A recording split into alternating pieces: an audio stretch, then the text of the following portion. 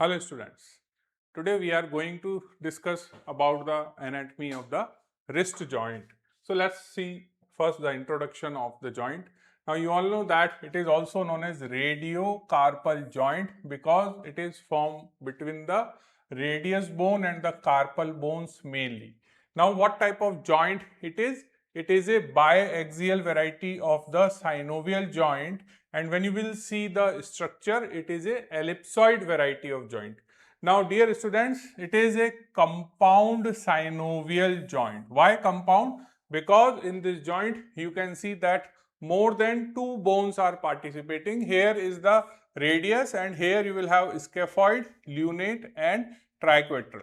So these are the more than two bones are participating, that's why it is known as compound joint. But dear students, it is not a complex synovial joint, though sometimes the questions may be asked that it is having a articular disc. Why it is not a complex joint? Because this articular disc is not dividing the joint cavity into the two parts just like a TM joint. So this basically the disc does not lie inside the joint cavity. That's why it is not a complex variety of synovial joint, but it is a compound variety of synovial joint. Clear? Now when you will move to the articular surfaces, you will realize that the superior or the proximal articular surface is formed by the inferior surface of the lower end of radius and the triangular articular disc of the radioulnar joint. Clear?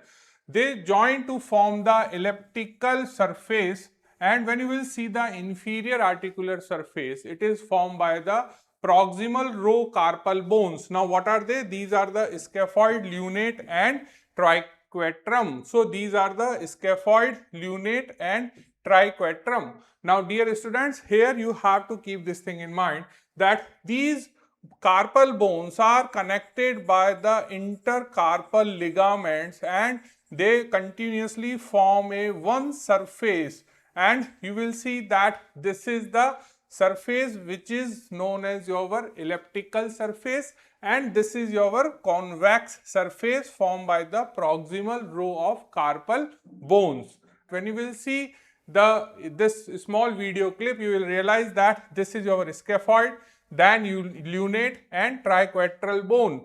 Now this is the area for the pisiform, and pisiform is not the part of the wrist joint.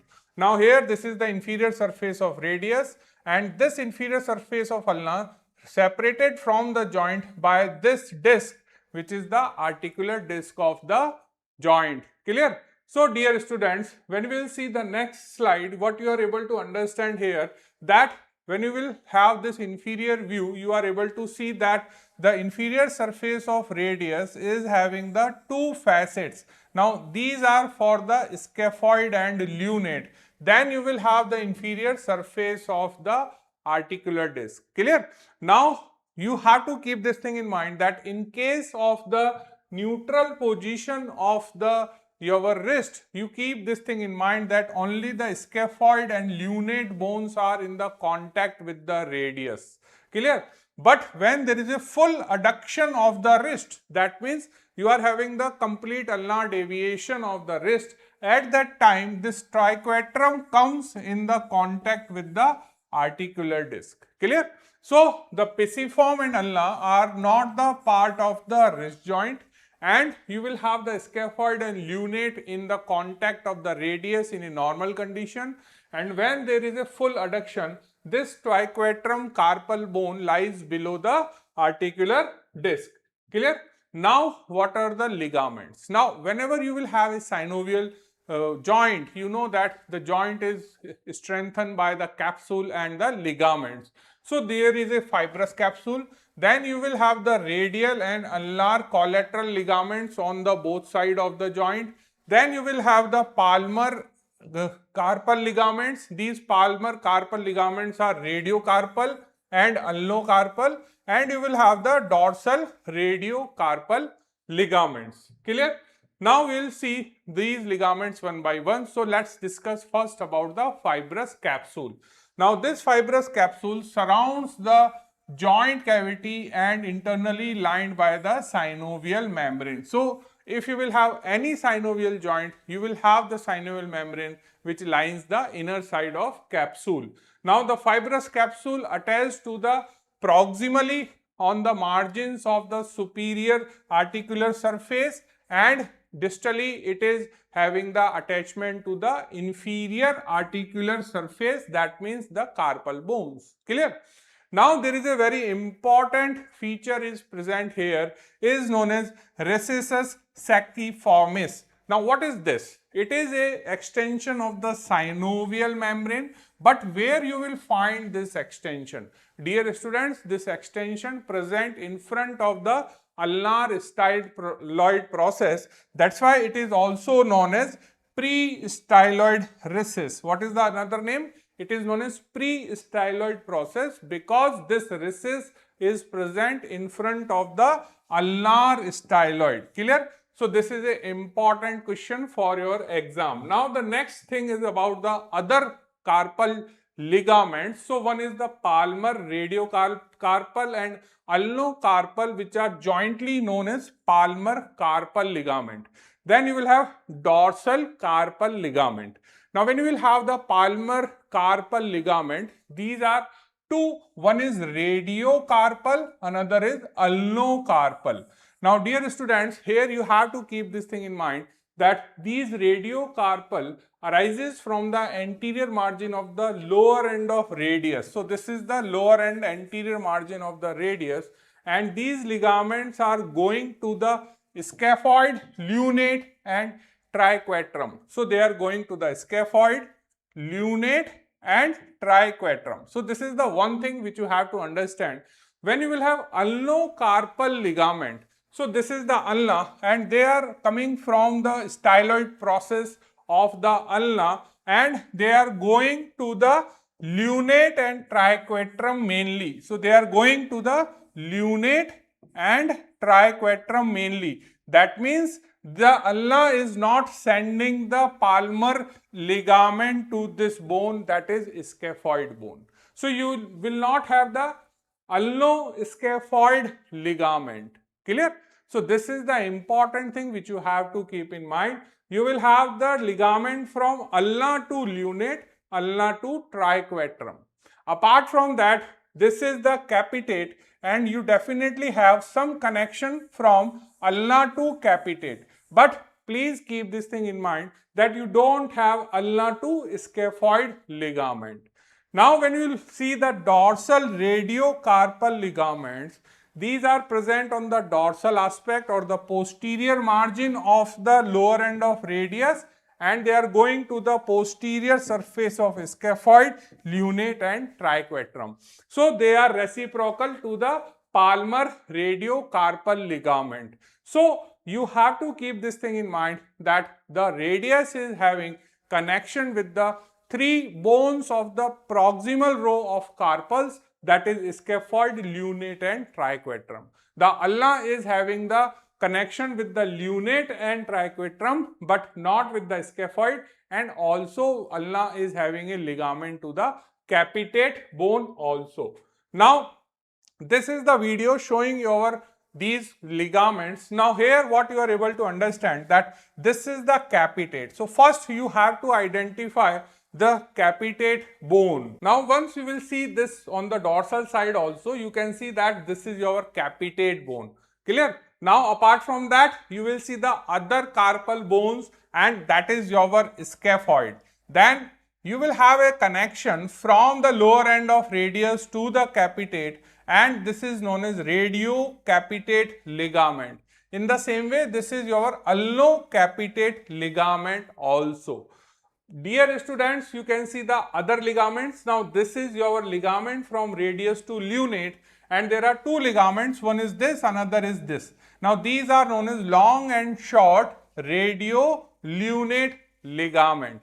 Clear? Then you will have this ligament from ulna to lunate, so that is known as ulnolunate ligament. Clear? So, dear students, whenever you are seeing such ligaments, you have to keep this thing in mind that these ligaments are coming from radius and ulna to these small bones of the hand. Now this is the ligament from ulna to triquetrum. So this is known as ulno-triquetral ligament. Now on the side, what you are able to see is your ulnar collateral ligament. Clear? Now on the radial side, you will have radial collateral ligament. Clear? So in the same way, if you will go on the dorsal surface of the wrist, you will have some dorsal ligaments which are coming from radius to the different carpal bones also. So these are the palmar and dorsal ligaments, and here you can see this is from the dorsal side of the wrist joint. So in this way you have to keep this thing in mind, that there are presence of the ligaments on the volar side or the anterior side as well as on the posterior side. So here in the anterior side, again here you can see this is ulnocapitate ligament coming from the lower end of ulna going to the capitate bone. Now this is your radiolunate ligament because this is a lunate bone. So this is the radiolunate ligament. Here you will have radioscaphocapitate ligament. So this is going to the capitate in front of the scaphoid bone. Clear? So dear students, these all are the different names of the ligament present on the wrist joint. Now there is a very important ligament, and that is known as ligament of Testut. Now when you will have this ligament of Testut, now what is this? This is one of the palmar ligament. Now it is a palmar ligament. This is the first question. Second, it is a ligament between the three bones. What are they? Radius, scapholunate. So it is a connection between the radius to the scapholunate area. Now in this part, this is your scaphoid, this is your lunate. Now in between them, you will have this ligament which is coming from the lower end of radius, and it is going down to the scapholunate region. Clear? Now this ligament is not a superficial one. Now here you can see that this ligament is deep to the one more ligament. Now this is the ligament, and this ligament is known as radiolunate ligament. So your ligament of Testut lies deep to the radiolunate ligament. So here you can see this is the radiolunate ligament, and behind that you are able to see this green color band is known as radioscapholunate ligament. Now this ligament is very important. Why? Because it contains the neurovascular bundle inside it. So what are the neurovascular structures? You will have the terminal branch of anterior interosseous artery and branch of anterior interosseous nerves lies inside this ligament. So the clinical importance that this ligament supply the scapholunate interosseous ligament. So it is basically maintain the integrity of this scapholunate joint. Plus, because the nerve is there, so it is also responsible for the sensations from this scapholunate articulation. Clear? So whenever you will have this ligament of Testut, you have to keep this thing in mind, that it is a ligament or connection between the lower end of radius to the scapholunate joint, and this ligament is having the neurovascular bundle inside that, and that's why it is very important feature. So now we'll move to the next slide. Now here you are able to see some more ligament, and that is the radial collateral ligament. Now we know that collateral ligaments are present on the sides. So radial collateral present on the radial side comes from the tip of the styloid process of radius, and it will go to the scaphoid and trapezium. So here you can see that this is the tip of your radial styloid process. From there you can see this green band is going to your scaphoid and trapezium. The important relation which you are able to see, that superficially it is crossed by the radial artery. So here you can see this is the radial artery crosses this ligament superficially.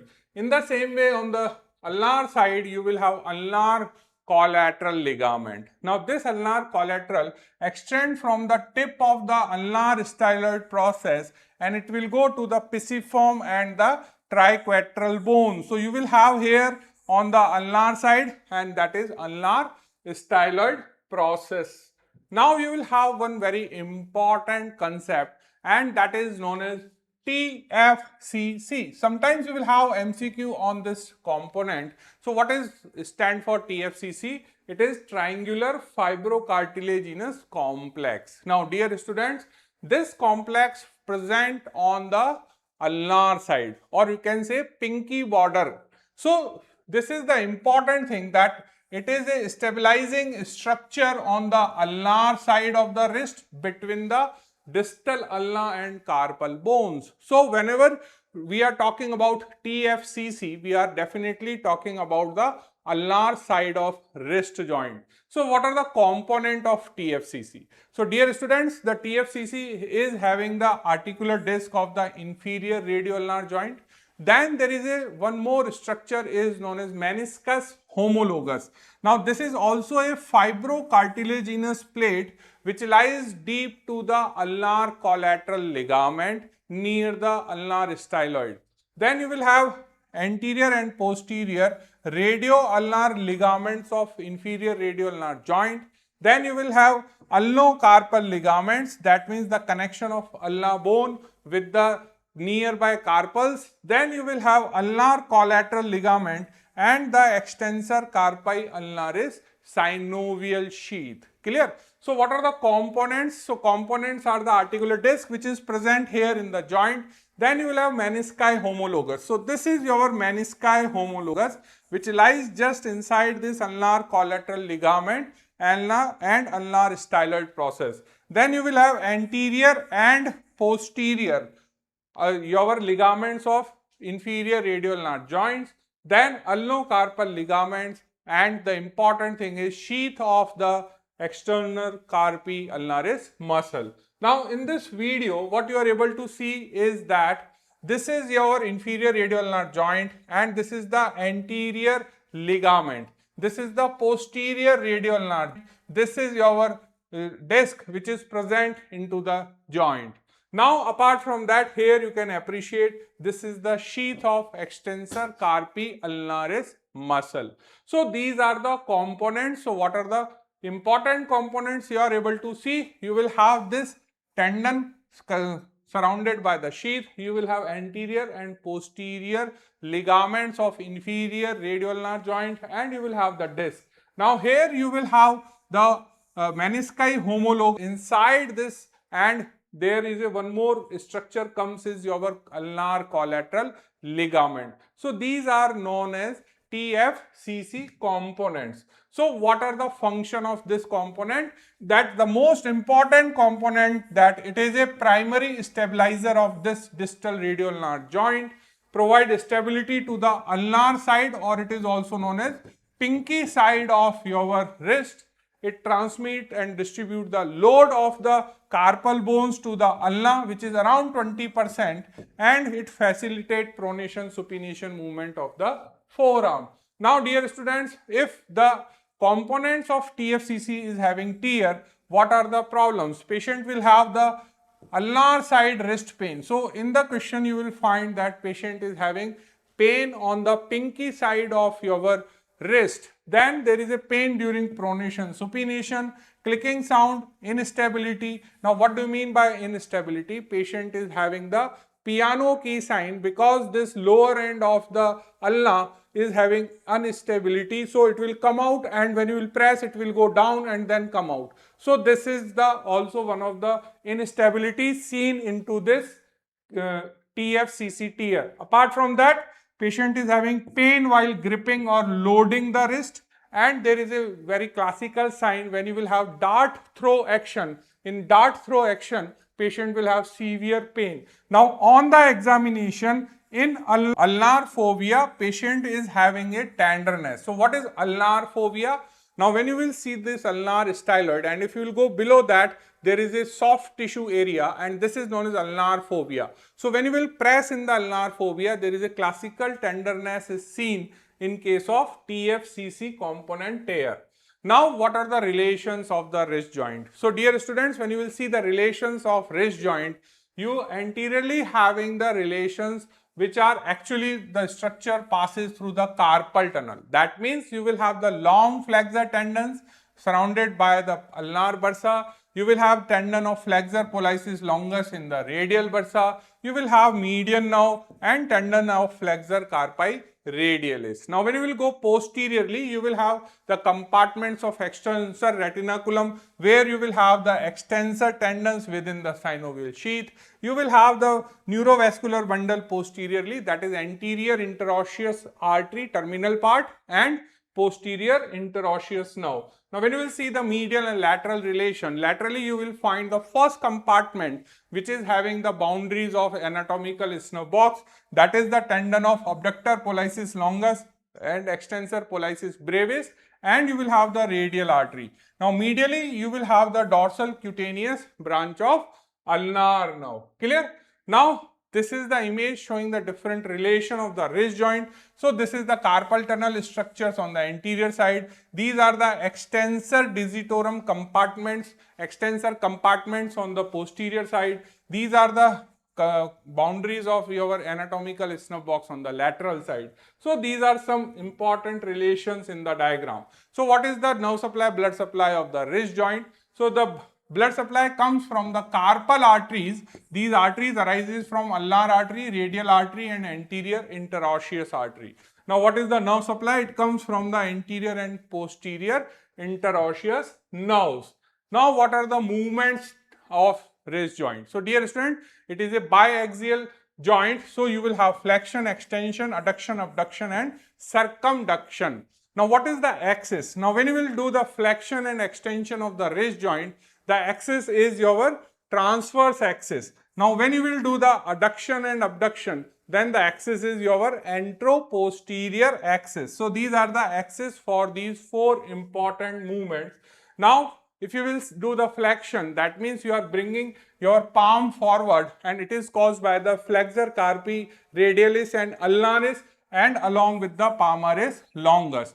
And when you will take it on the back side, that is the extension, it is caused by the extensor carpi radialis longus and brevis and along with the extensor carpi ulnaris. Clear? Now, in this video you can see the movement. Now, this is the your extension and this is the flexion at the wrist joint. Clear? Now, if you will do the adduction, abduction, adduction means there is a medial deviation or ulnar deviation. Now, it is caused by the flexor carpi ulnaris and extensor carpi ulnaris present on the border. So, they will pull it medially. Now, opposite of this is the abduction. Now, in the abduction there is a lateral deviation. It is caused by flexor carpi radialis and extensor carpi radialis longus and brevis. And what is circumduction? It is a combination of these all the four movements. So, in this video you can see that this is the deviation from midline, it is ulnar deviation, and this is the radial deviation, or you can say adduction and abduction of the wrist joint. Now, if you will see some important clinical anatomy of the wrist joint, this is immobilization. Now, immobilization of wrist in case of injury is done when there is a position is 30-degree dorsiflexion. Now, this is an important thing, that whenever you are doing the immobilization by the plaster cast, you have to keep the wrist at 30-degree dorsiflexion.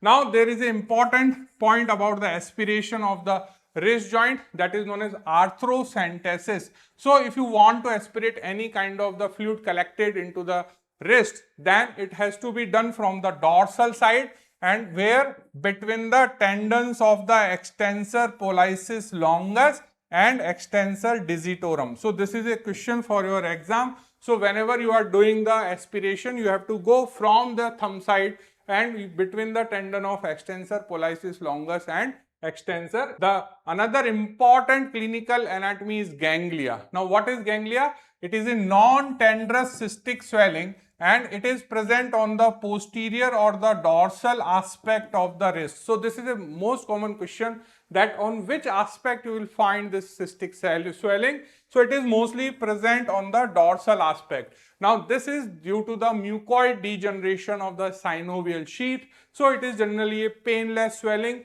and it contains a thick, sticky, clear, colorless jelly-like fluid.